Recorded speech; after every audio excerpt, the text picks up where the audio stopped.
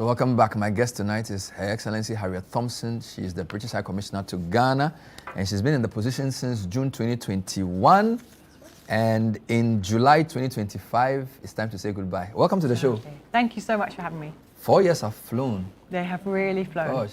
Really, really flown. Where were you before you came to Ghana? What post did you have? I was in Nigeria, first of all as our Deputy High Commissioner in Abuja, and then our Consul General equivalent in Lagos. And then you spent 4 years here. Yeah.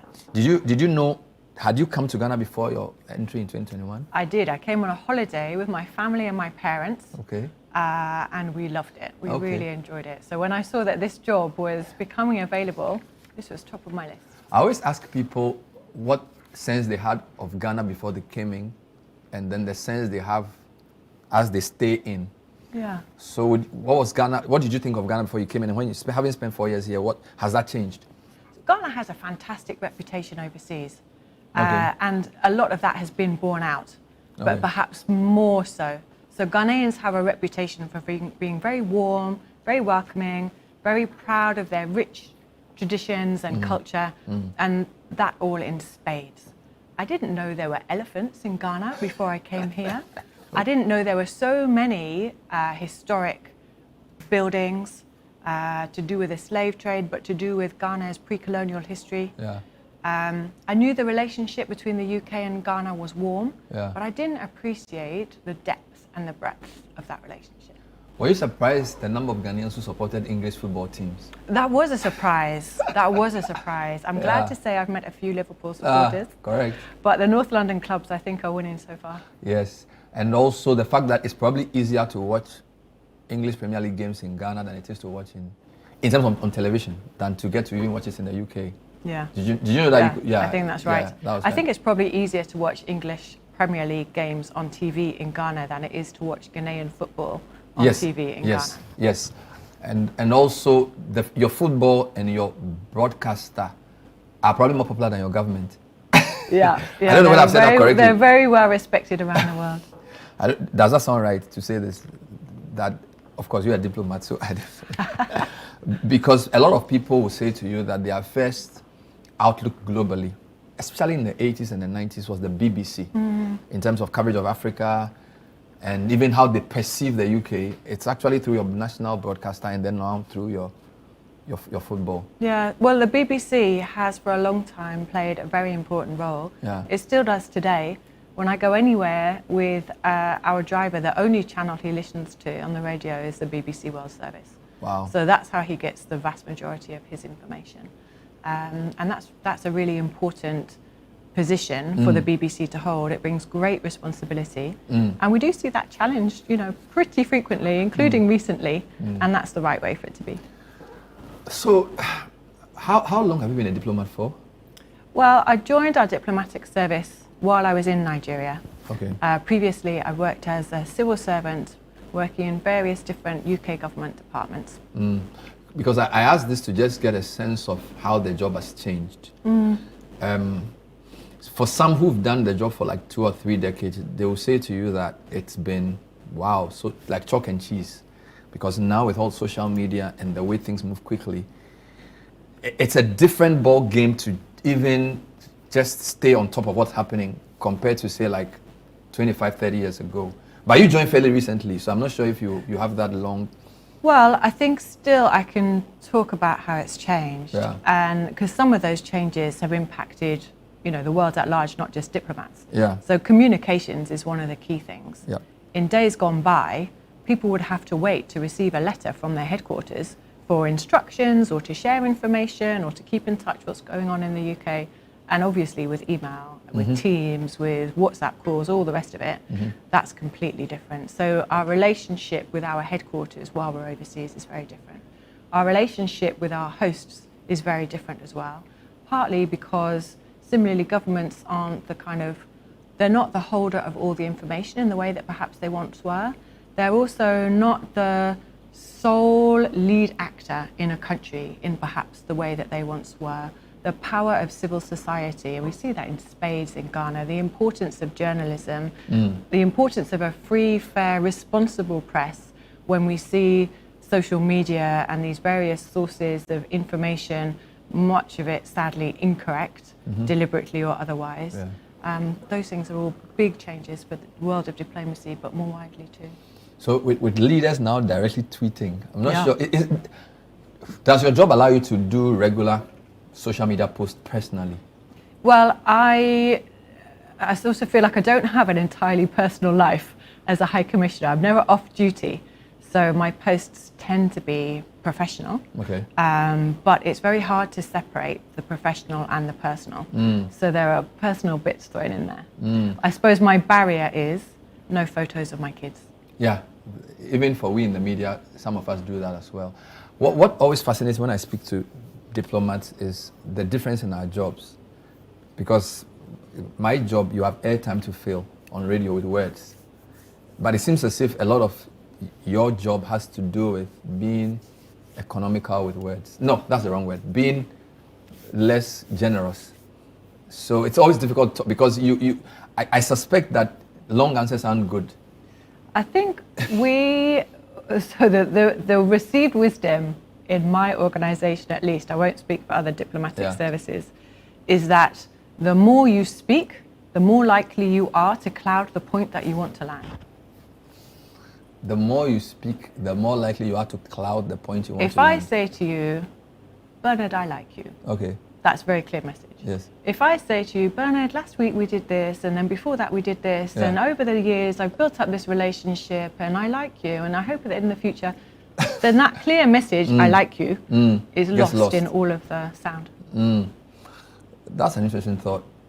All right, so let's talk about another sort of transition. So another difference in terms of the times we're in, right? 2025, the world is a very different place than it was even, I don't know, 5 years ago with COVID. Okay, let's talk about Britain's place in the world, because of course 100 years ago you were the big country. Somehow people feel like the United Kingdom has become much less significant in terms of global power, although culturally and symbolically it is still a very popular country. Is that something you accept, that you are not necessarily like a global superpower? Is that So if you go back 100 years, yeah that was the time of the British Empire. yeah Speaking non-officially, which is difficult for me to do as a High Commissioner on TV,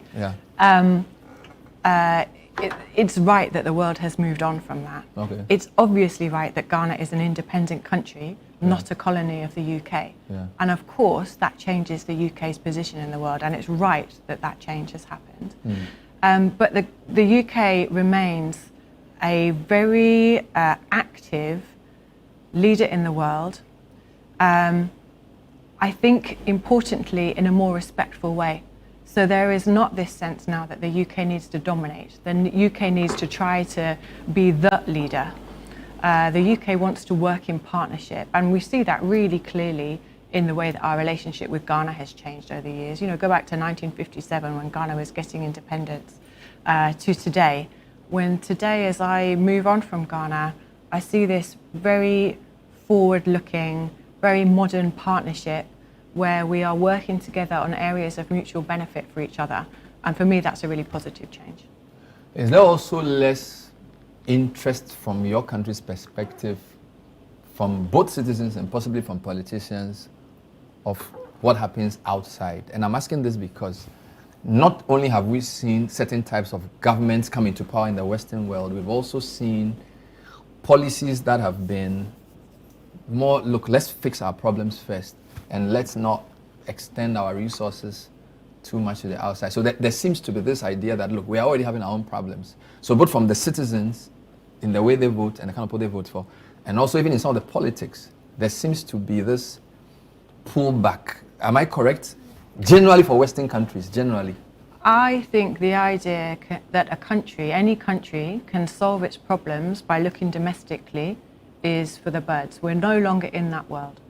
No country can afford not to look outward. Okay. When we look at our economic situation and the way that supply chains depend on inputs from all over the world, when we look at our security situation, when we look at the migration that's coming into the UK and is providing such a topic of controversy currently at the moment in my country, for example, we can't look at any of these problems in isolation.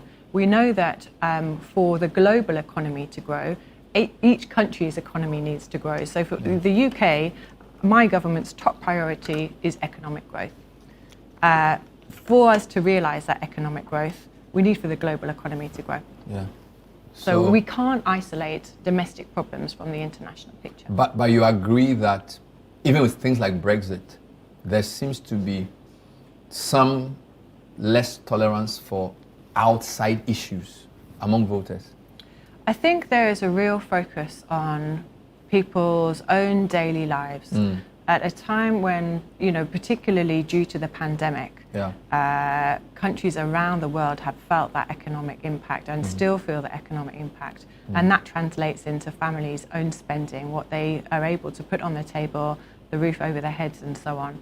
And therefore, I think it's not surprising that people focus in on their own interests. I suppose my point is that you can't resolve those interests without looking outside and thinking about the world within which your country is placed. Yeah. Do you agree that we're in a period of uncertainty geopolitically, where because of some of the signals being sent from places like Washington and Beijing, people are not really sure of economically where they are at? Some people even think that where the world was from 1945, Bretton Woods, and the way the world was structured may not necessarily last, because we're seeing tariffs being thrown everywhere, trade war threats, So people feel like, look, USAID has withdrawn from the world, it's been collapsed, right? So there's a certain sense that the world is changing right before our eyes, and yet we've not been able to properly contextualize because we're living through it. But we may never see the world in the way it's been for the past 80 years anymore. Am I overstretching that point? No, I completely agree. But I think change is constant. And we need to not expect for a period of change to come to an end and then there'll be stability and then we'll have the next period of change. It's more that it's a constant thing. Yeah. I agree too that the post-war period is over. And there's some good and some greater challenges in that. We have just in the UK produced a strategic defence review document which said that in the next 10 years the UK population needs to be ready for the prospect of war. Now that's something that many of us have not experienced in our lifetime. So that's a huge change for us. But also part of that change is what I was talking about earlier, and the changed nature of relationships internationally. It's right that countries like the UK really pay attention to what the BRICS countries, for example, want to see in the world order. So there's some healthy change as well as some more challenging change in that picture. Yeah. And last point there, before I come to Ghana. So does that mean that things like the Commonwealth become more important? And I ask this because we always thought you had a special relationship with the US, right? Now, I think even you were not spared some of the tariff adjustments. So clearly, that special relationship, even though it may still be there, doesn't necessarily mean the same thing. And of course, we know your history with the EU as well. So, but you have this committee of nations who speak the language, who meet once a year, who share certain things.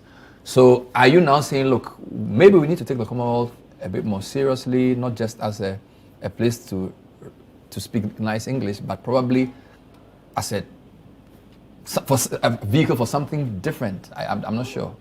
The UK does take the Commonwealth seriously. It's a really valuable institution, and we're delighted that Shiliako Butchwe is now the Secretary General of the Commonwealth, and we're looking forward to what she will do during her tenure to really make sure that that institution is relevant to people living around the Commonwealth. And that means particularly relevant to young people around the world, because such a vast proportion of the Commonwealth population are people under 35.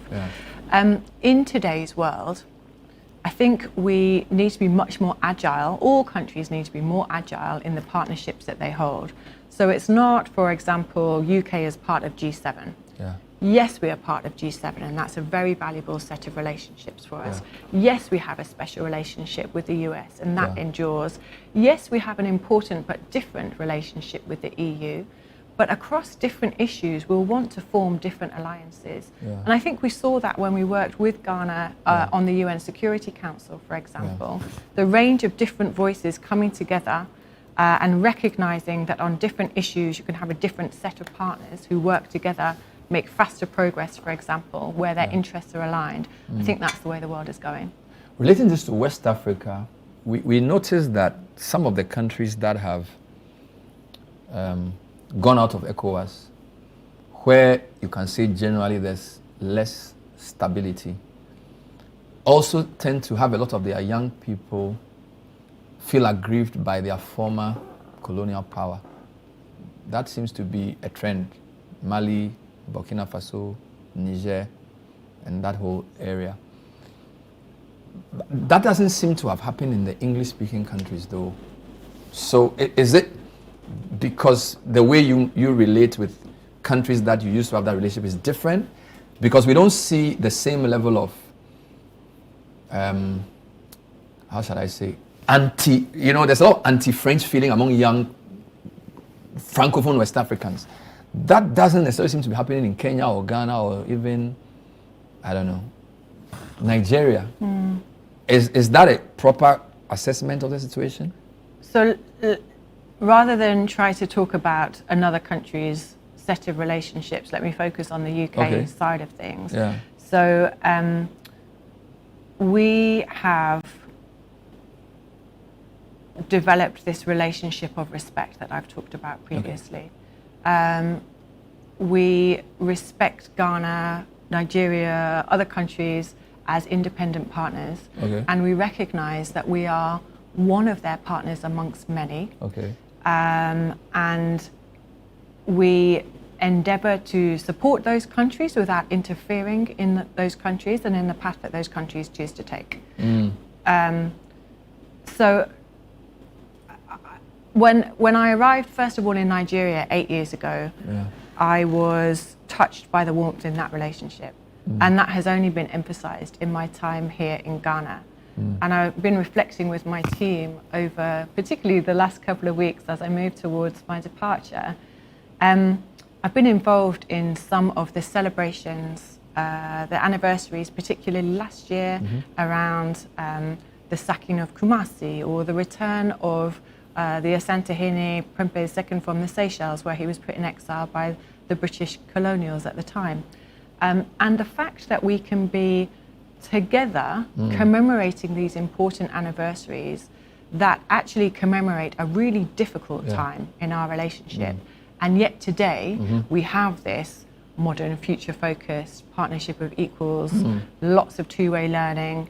That's really a remarkable thing. And I think it's testament to the deep connections between the people of the two countries and the respect that we hold each other in. This is the point of view. My guest is Her Excellency Harriet Thompson. She's been in Ghana for 4 years, and she takes her bow out of this territory. We're reflecting on some of the stuff she's done. When we come back, we'll talk a bit more about the Ghana aspect of the work and also some issues around democracy and some of the support they've given Ghana, and whether this whole partnership of equals and from aid to trade is actually working in reality. Stay with us. Welcome back. This is still The Point of View. Tonight we're speaking to Her Excellency Harriet Thompson, the outgoing British High Commissioner to Ghana. Does your post have other countries? You know, some of your colleagues will say Ghana, Liberia. So are you also Ghana, something, or just Ghana? I have also been responsible for Togo and Benin. Wow, so 3 countries. That must be a lot. But I can see a lot more happens here. Yeah. A lot more happens here. Ghana is the center. All right. Aid to trade is what I keep hearing you say. And I also keep hearing you say a partnership of equals. I agree with that, but I also challenge that. All right. So we are equals in the sense that we come to the table and we have equal right to say what we want. But we are not equals because your country is more developed. You have better technology, you are more prosperous, you have an older population, you have a younger population. We are at different stages of development. So I understand when you say we are a partnership of equals, but I also think it sort of denies the need for some catch-up. And you are not the only person who says that. The Americans say it. Even I spoke to the Danish, they keep saying it. I don't agree with that. I feel like we need to acknowledge that we are equal objectively, but we need to accept that there are some differences which require different approaches. I don't know if you can comment on that.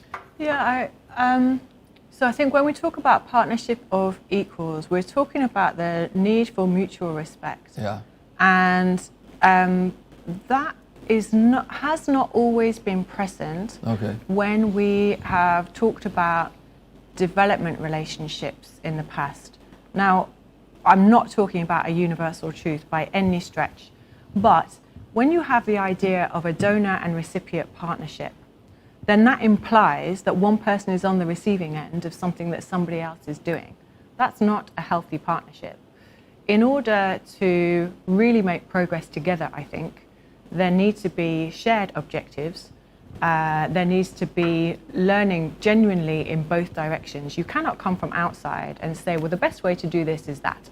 You don't know that. By getting local actors involved who really understand the context, who understand the relationships, who understand the challenges, and by co-designing the solution, that's when you're going to see results. So I think that's what we mean by mutual partnership. Yeah. If I think about some of the areas where we work, around health, for example, when people come from UK institutions in that sphere, they're learning things they didn't know about diseases that are more common here than they are in the UK. They're learning about ways of doing things that maybe are familiar here, but not in the UK. If we think about the Affirmative Action Act, for example, gender equality, promoting that is a priority here in Ghana, and it is in the UK as well. The UK doesn't have an Affirmative Action Act. So we get to look at how that happens, how that takes effect here in Ghana, what is the impact of that, what's the learning from that, and that will inform our approaches as well. Yeah. So there is learning to be had from different countries' journeys. Yeah, so I get that. And when you say you're transitioning from aid to trade, I understand this. But I feel like trade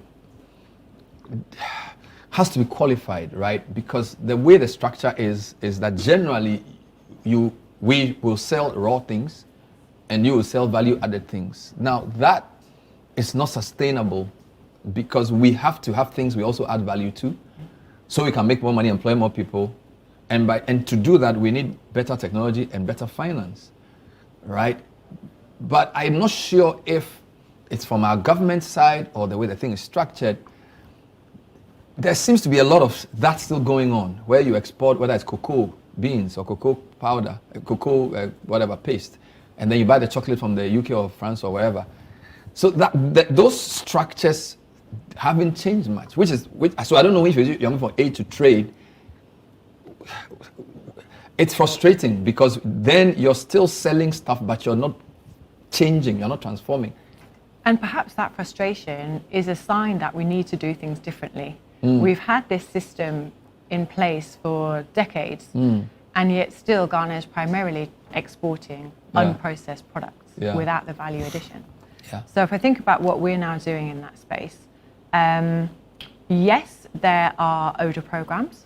One of those ODA programs has been working with Government of Ghana to develop investor framework. So a set of policies intended to encourage external investors to come to Ghana, set up business here. And one of the sectors that's focused on has been the auto sector. And since the introduction of that set of policies, 13 international car manufacturers are now assembling cars in Ghana, and Ghana is beginning to export those cars to other parts of the region. We're also looking at the spare parts that are needed for those cars. And indeed, just yesterday, I was signing an agreement for further investment into a car parts company up in Kumasi that has the potential also to export across the sub-region. In parallel with that, we see trade missions going in both directions. Over the time that I've been here, they've covered, for example, food and drink, agricultural machinery, healthcare, pharmaceuticals. Pharma is a great example where we have this private sector interest and engagement at the same time as working with Government of Ghana to understand what are the policies that are needed, the incentives that might encourage companies to start making those products here in Ghana. So it's trade, yes, aid, yes, investment, yes, partnerships, yes, all of that mixture of interventions that I think will lead to real progress. Fair enough. A lot of this must come from the Ghana side in terms of areas of prioritization, but I feel, for example, you need to do value addition to agric before you move to automobiles, right? You walk before you run, and then you run before you fly, so that the sequence of transformation, the areas of focus, agribusiness, value addition, is more logical than to move straight to car assembly, if you understand me. So that's one. And number two, the financing, development finance must now pick some of those areas. So we used to have DFID, UK aid, but now there's British international investment. Those types of things must catalyze transformation in sectors that can pull more people along.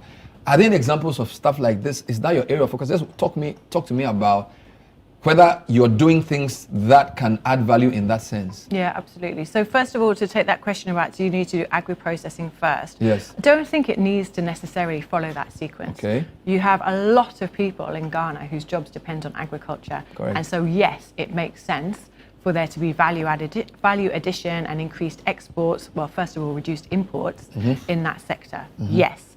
But we don't need to wait for all of that to happen for other people in the economy to be moving into those different sectors, like production of pharmaceuticals, like manufacturing of automobiles.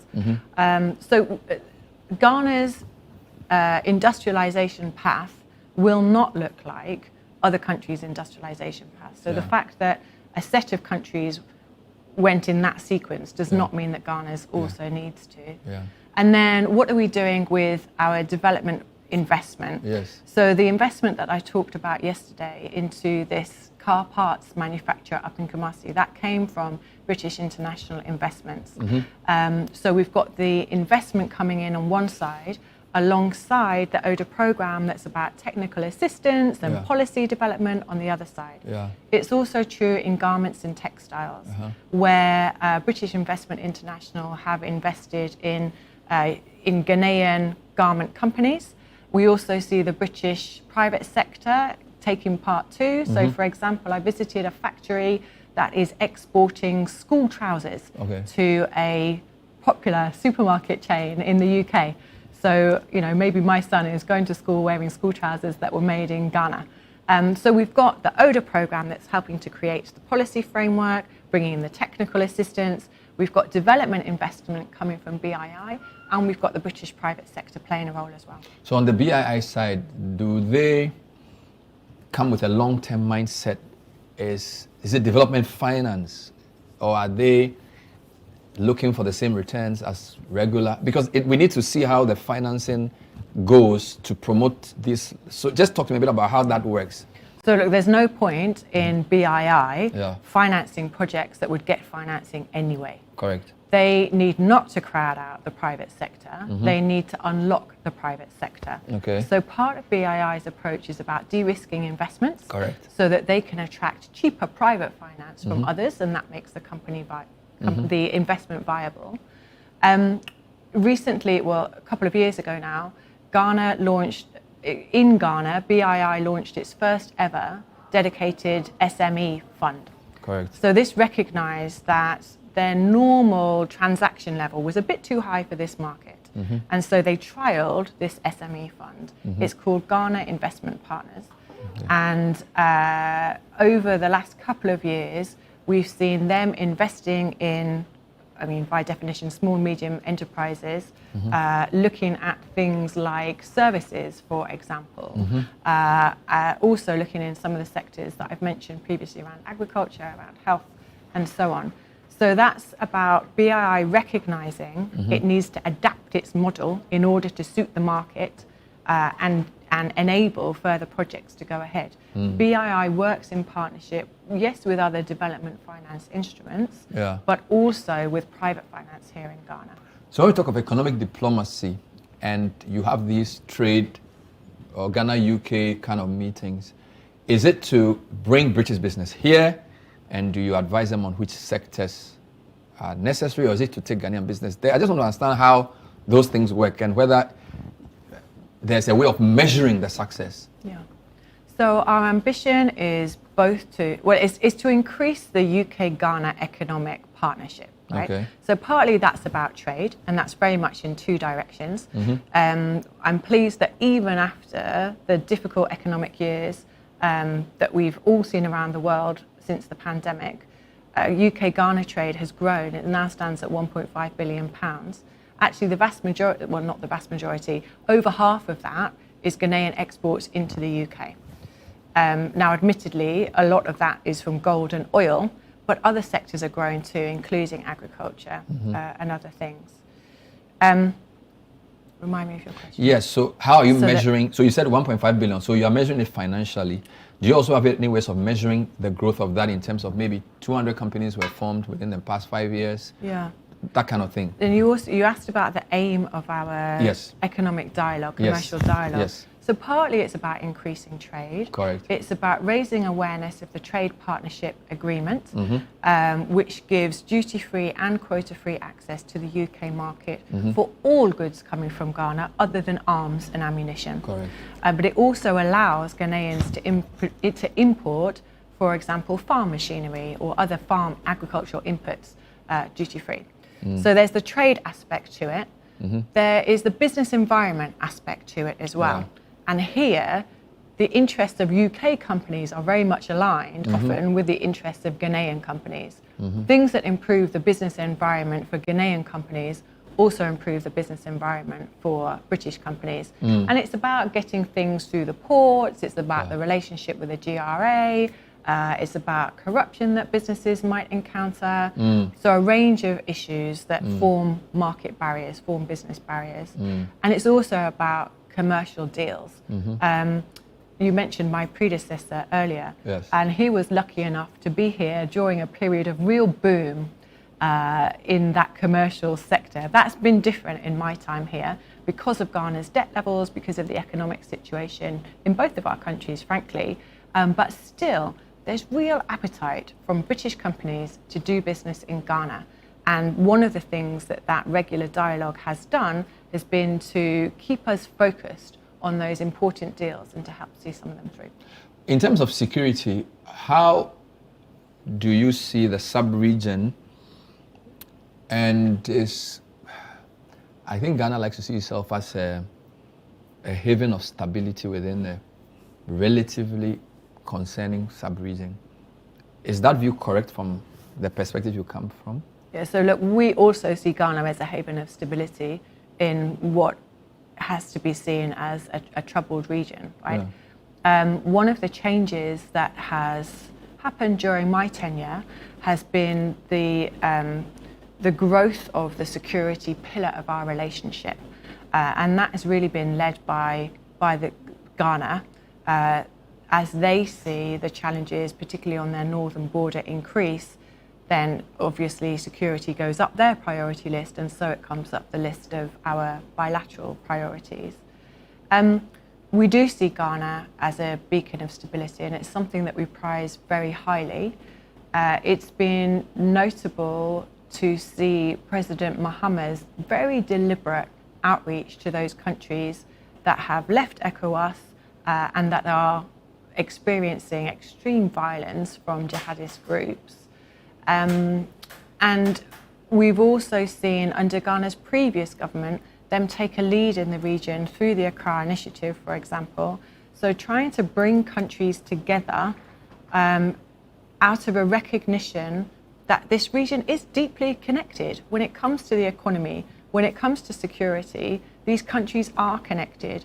And it's by bringing these countries together, by those countries together working out what needs to happen and taking the initiative, that I think is the best way for the region to overcome the challenges. And if countries like the UK can support that, then we're very happy to, because, as we touched on earlier, we live in an interconnected world. And the instability, the violence in the Sahel, of course it touches on the UK through things like migration, or perhaps it being easier to get illicit goods, maybe illegal drugs, whatever it might be, to the UK. So it's in Ghana's interest, it's in the region's interest, it's in the UK's interest. The initiative was launched in 2017, MOU signed 2020, so we can say 8 years. How successful has the initiative been in preventing the spillover of terrorism? I believe that was the original intent from the Sahel region across the sub-region. The ARA Initiative. Yes. So my understanding, and look, it's a regional initiative, so I'm talking about this as an outsider. Yeah. My understanding is that it's set out as an intelligence sharing mechanism, and that's absolutely crucial. Yes. There was a push for it to take on a more proactive, kinetic set of actions as well. That unfortunately came around the time that coups began to happen in some of the countries, that some of those countries moved towards leaving the initiative, the ECOWAS, Yeah. and that obviously affected the initiative's prospects because there were difficult political relationships. Yeah. I also understand that the defence relationships and then the intelligence relationships have continued to some extent, and I think that's really important. So look, it's not for the UK or any other country to say what should happen next, but I think that the collaboration between those countries, in whatever form that takes, maybe it's not the right time to do the 7 countries all together again who are members of the ARA Initiative, but subsets of them perhaps. Finding ways to work together, however that looks, I think is valuable.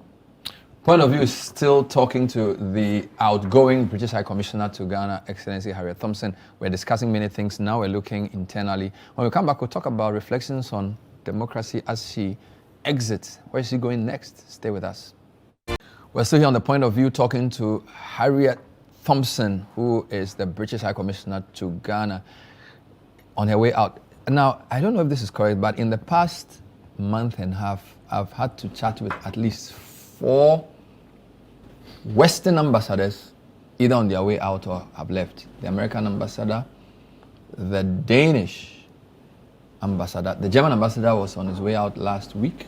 You're on your way out. So is it like, do you guys sit and plan this? Like, we're all leaving Ghana at the same time to go and play a big football match somewhere. What's going on? We're certainly not going to play football, I can assure you of that. So in our system, we try to organise things so that a High Commissioner can have a good amount of time to develop relationships with particularly the politicians before an election happens, and then they move on in time for the next one to come in and do the same thing. So that's why our cycle is timed like this. So I arrived 6 months after Nana Akufo-Addo's government started their 2nd term, and I leave 6 months after President Mahama's government has come in order to give my successor a good chunk of time to really understand the country before that milestone in Ghana's democracy, in any country's democracy, comes to pass. Do you support any party join an election? No. When you were watching the 2024 election, how do you, because I'm sure you would want to know where the election would go. So is there a sense in which you would be made to predict the winner? Or No. So yes, we have an interest in where the election will go. Of course we do. And that is both professional, but it's also personal because we live in this country and we're interested in what happens in this country. But the relationship between Ghana and the UK is much more than whoever sits in the President's chair in Jubilee House and our Prime Minister's chair in the UK and this chair here in Ghana. It's much deeper than that, and it will survive. I believe it will continue to strengthen no matter who's in government in Ghana or in the UK. So yes, we're interested, but we are entirely neutral in that question. So the relationship is regime agnostic, you say? It's regime agnostic. Although there's some interesting things. For example, Nana Akufo-Addo's party likes to see themselves as centre-right. And that aligns in a way with the Conservative Party. They actually go for joint events. And then John Mahama's party, center-left Social Democrats, generally like to see themselves as Labour type. And interestingly, we've had that transition, right? The left has won in the UK, the left has won in Ghana. Does it matter? No, it doesn't matter. It doesn't matter because our interests are aligned beyond the interests of the government. Okay. And one of the joys of my time in Ghana has been getting to know some of the vast array of partnerships that happen without anything to do with governments on either side. We have partnerships between academic institutions, we have partnerships between research institutions, between scientists, between engineers. And a lot of that happens without even our knowledge, let alone our intervention or our support. So I think that just goes to emphasize that no matter who sits in power on either side of the partnership, that partnership will endure. It's about a partnership between countries, not just a partnership between Were you governments. surprised at the election outcome, though? Was I surprised at the election outcome? I was surprised. Yeah, I mean, I wouldn't have dared predict the election outcome, to be honest. And although, you know, there were lots of gossipy conversations about where it might be going, I would never have put anything in writing. Wow. I think, so speaking to Ghanaians after the election, a lot of people were surprised by the extent of the NDC win. They were surprised also, I think, by the turnout, which in turn was a surprise for me, right? Because Ghana's turnout, I think, was around 70%, 80%. So generally, when governments change, turnouts are low. When governments stay, turnouts are high. That's a bizarre trend. Yeah, but what Ghanaians saw as a low turnout Which in led to a your change in election in government. 2024, Yes. that's a very high turnout in UK terms. Wow. I think. For us, 63 is very low. Yeah. So it's mostly 72, 75-ish. Wow. So, So it was a low turnout in Ghana terms, but still high.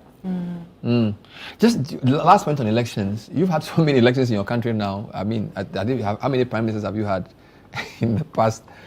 There's a view that even though Ghana is a stable democracy, elections are very precarious. And people tend to worry that one of these days it could spill over. Is that an area of concern? I ask it because 20 years ago, there were a lot of election support programs to make sure things don't go south. But it seems to me a lot of the partners feel like Ghana will figure things out. So even though the elections are very whatever, they seem to say, look, you guys have found a way. I'm not sure whether that's a false sense of security, particularly in the sub-region that we're in, or whether genuinely you can say since 93, having had all these cycles of elections, you found a way, therefore your institutions are okay. I'm not sure where you sit on that.